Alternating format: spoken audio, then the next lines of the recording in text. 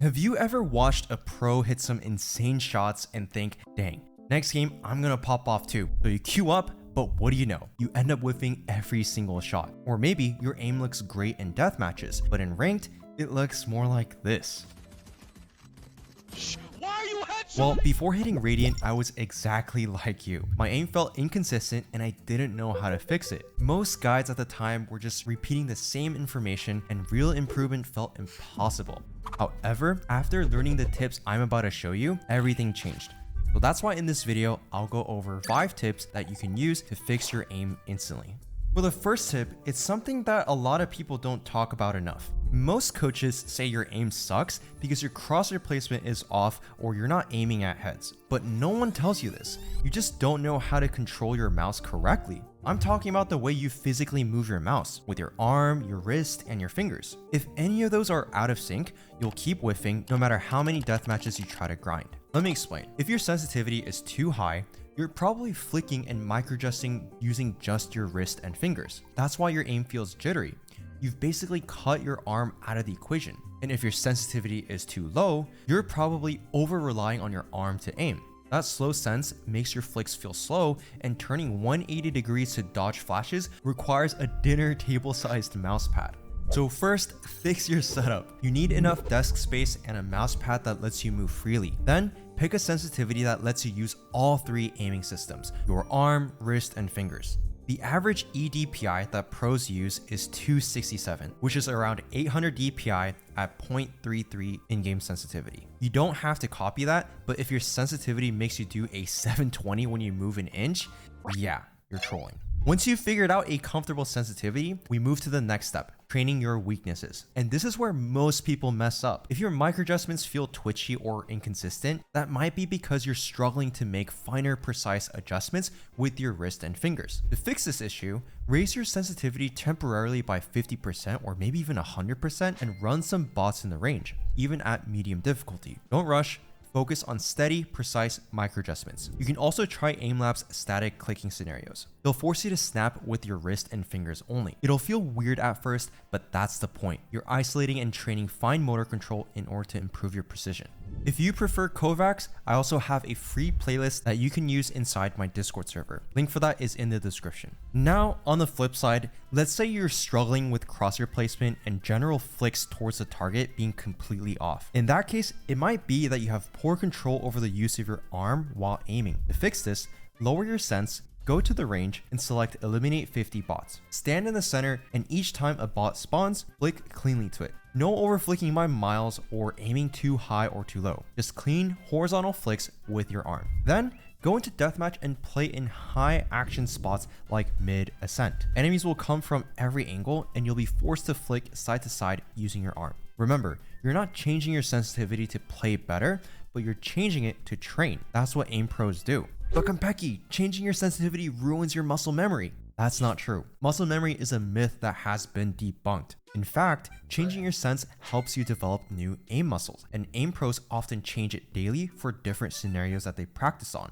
And don't worry, once you finish training, you can switch back to your normal sensitivity or even adjust it slightly to what feels better now. Your aim won't be ruined and you'll be able to adapt to it quickly with a more well-rounded aim. And this kind of improvement doesn't come easy. It takes effort. And sometimes your rank might actually drop a bit before it rises since you're undoing bad habits you might have picked up and learning new good habits. But if you actually want to rank up fast, like our students who climbed from being hard stuck in Diamond to hitting Immortal in just a few weeks, our team of Radiant and VCT coaches, including rank 1 players like Jawa and former XL player Maru, is here to help. We offer coaching options for every budget, including our flagship 10-week Immortal Roadmap program with a 500 RR in 10 weeks guarantee or your money back. We just opened up 50 new spots for the upcoming summer season, so if you'd like to see if you'd be a good fit for IRP, book your free assessment call using the link below. During the call, we'll break down your tracker, find your biggest bottlenecks,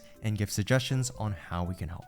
Now, we fixed our sensitivity and started to aim properly. But even if you actually improve your physical aim, there's one more element that, if overlooked, can make all that progress feel pointless, and that's your mouse grip.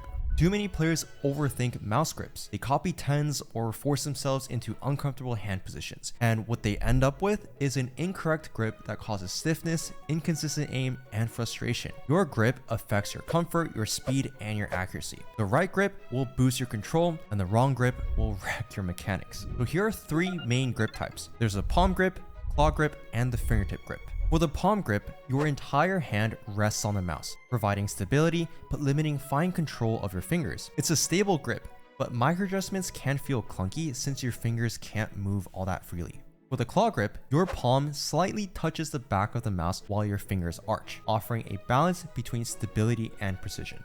Many Valorant pros prefer this grip style because it allows for consistent and stable flicks while also allowing for more control of your micro adjustments. And lastly, for the fingertip grip, this is when only your fingers touch the mouse. This grip usually requires bigger hands or a smaller mouse, and it allows for great tracking and precise micro adjustments. Some pros like Scream use this grip, but this grip might feel less consistent and stable for most people that play Valorant. So then what grip should we use and how can you find the right one for you? A simple method is just to close your eyes and place your hand on your mouse naturally. That's your default grip. Don't overthink it and don't force anything unnatural. If your grip always feels weird, it might actually be that your mouse shape is not made for your type of grip. Even a $200 final mouse can feel awful if it's not shaped for you. If your expensive mouse is made for palm grips and you use a claw grip, you'll likely feel uncomfortable. So what matters most in a mouse is a shape. To find the right mouse to use, I suggest you look into tools like Rocket Jump Ninja's site to find mice that match your grip and hand size. You can also use the website Elo Shapes to compare your current mouse shape to different mice. So in short, stop chasing the hype around new mice and focus on what fits. Now that you've found the right grip and mouse, you're off to a solid start. But that alone doesn't solve everything. If you ever struggle with shaking aim, this next tip is gonna help you fix it.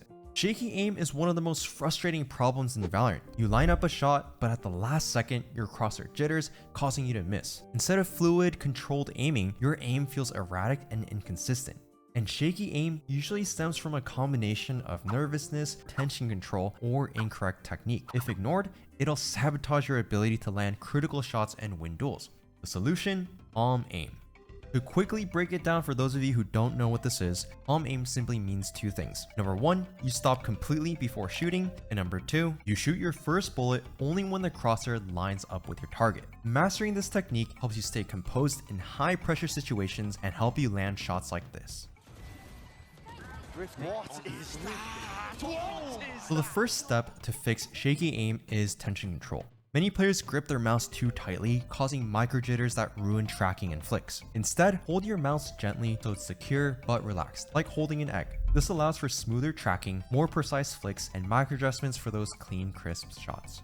Another reason you don't have calm aim is because you're rushing your shots instead of taking your time to microadjust onto the target's head. This sounds obvious, but most players panic shoot way too early. They start firing before their crosshairs lined up and whiff their shots. So here's a drill to fix that. Go to the range and select bots. Easy for players that are silver and below, and medium or hard for players that are gold and above. Next, flick to the bot as fast as you can without losing control. And third, take your time to line up the shot, then shoot. This might sound easy, but hear me out. What we're doing is practicing with the Bardos method, which simply says that you need to train your aim like an instrument, mastering it slowly at first, then building up speed over time. But we're not done here. There's two rules you need to follow when doing this drill. Restart the bots if you miss in the first 5 seconds, and restart after 3 misses on easy bots or 4 misses for medium bots. This will force you to be intentional. You're building smooth flicks into micro adjustments, not rushing the shot. What we're also practicing with this drill is training the smoothness of your flicks and micro adjustments. This is because if you rely on your first flick to shoot instantly, you're gonna be inaccurate a lot of the time. And if you're taking too much time to micro adjust and shoot, you're gonna lose most gunfights before even shooting a bullet.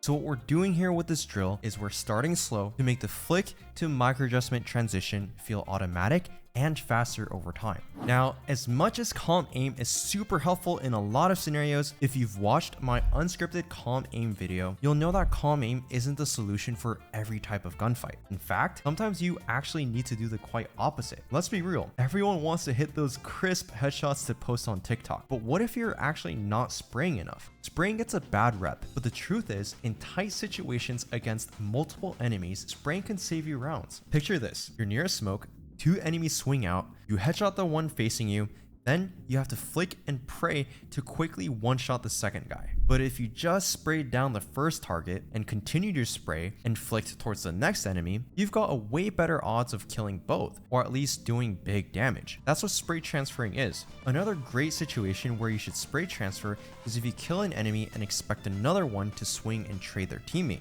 In that scenario, you'll kill the first enemy and spray transfer towards the angle or smoke where the next enemy might peek. You'll be surprised with how many free kills this can give you. But Konpeki, the recoil is random after like 5 bullets. Yes, but landing any damage can win rounds. If the second enemy is one shot, your teammates will have an easier time. The point is, spray transfers can save you rounds. And here's how to train it. In the range, go over the practice spots and aim at the first bot's head and begin spraying. While shooting, flick and transfer to another bot. Don't worry about headshots here. Your main goal is to eliminate the second bot within half a second of transferring. If you need more time than that, you're gonna likely die in a real scenario. So focus on fast, confident switches. You can practice this in deathmatch too, especially in chaotic spots where enemies stack. You can try spraying on the first enemy that you see and continue your spray onto the second enemy that pops up. With this training, you'll turn panic sprays into clutch double kills.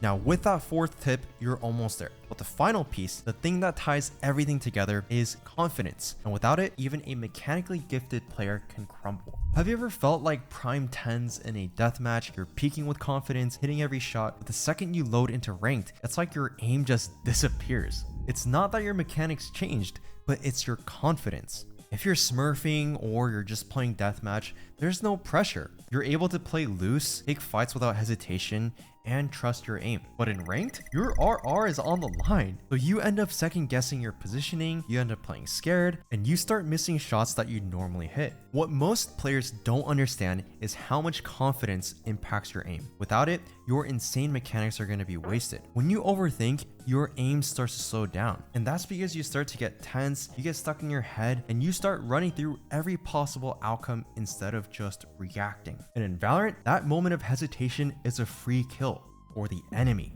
So how do you fix it? It's simple. First, let go of the whiffs. Everyone misses, it's not the end of the world. One bad round doesn't define your aim, unless you let it. And second, swing every angle like you're gonna win. Even if it's a 40-60 fight, peak like you already know that the kill is yours. If you consistently swing with confidence, you'll win more fights than you lose. If you want to learn more about improving your mechanics, check out these videos here. Thanks for watching.